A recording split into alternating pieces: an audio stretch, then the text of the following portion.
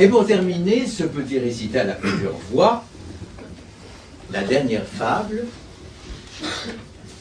que l'on doit à Philippe Martineau et qui met en scène la cigale et la fourmi aussi, et qui s'intitule La Revenante.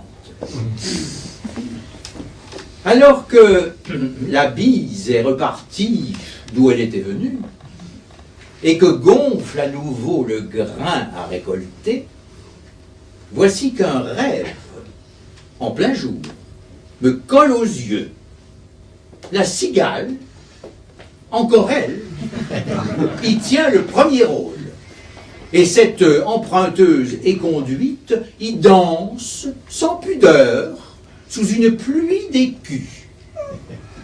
Illusion, certes, mais tenace, qu'il convient de dissoudre au plus vite. Et l'allant effacer d'un revers de main, je me heurte à un corps, insoluble dans l'air. Vous, vivante et respirant encore, alors que la rumeur vous avait mise en bière. Mais par quelle impudence avez-vous pu tromper le sort? Et de quel droit votre panse s'en revient pleine, alors que la famine était de garde? Et d'où vint que le froid ne plongea point ses crocs dans votre gorge nue? Car à quoi bon l'hiver s'il n'éradique à fond la vermine? Et que fait la morale? Oui, que ne s'insurge-t-elle? Et qu'attend son scribe et amant, un certain La Fontaine, pour corriger ce scénario qu'il a trahi, au point qu'à ma vue vous reparaissez, et surtout, paraissez si peu maigre. Oh, paraissez me tient lieu de repas, ne vous déplaise. Dieu, votre voix aussi est de retour. Mais elle est-elle assez pour me répondre enfin?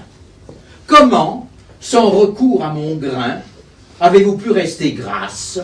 Grâce à qui? Mais grâce au succès de notre fable, depuis qu'elle a paru, tout esthète en fonction m'invite aux Fouquet's. On s'active même à monter un ballet, La Belle au bois dormant. Rien que pour m'en donner le rôle titre. Dormir 100 ans. Quel pied! Encore reste-t-il à savoir sur lequel danser. Oh, mais reste aussi un rôle à pourvoir de sorcière. Et par rancunière, je pense à vous pour l'incarner. Car elle enfourche, devinez quoi? Un balai.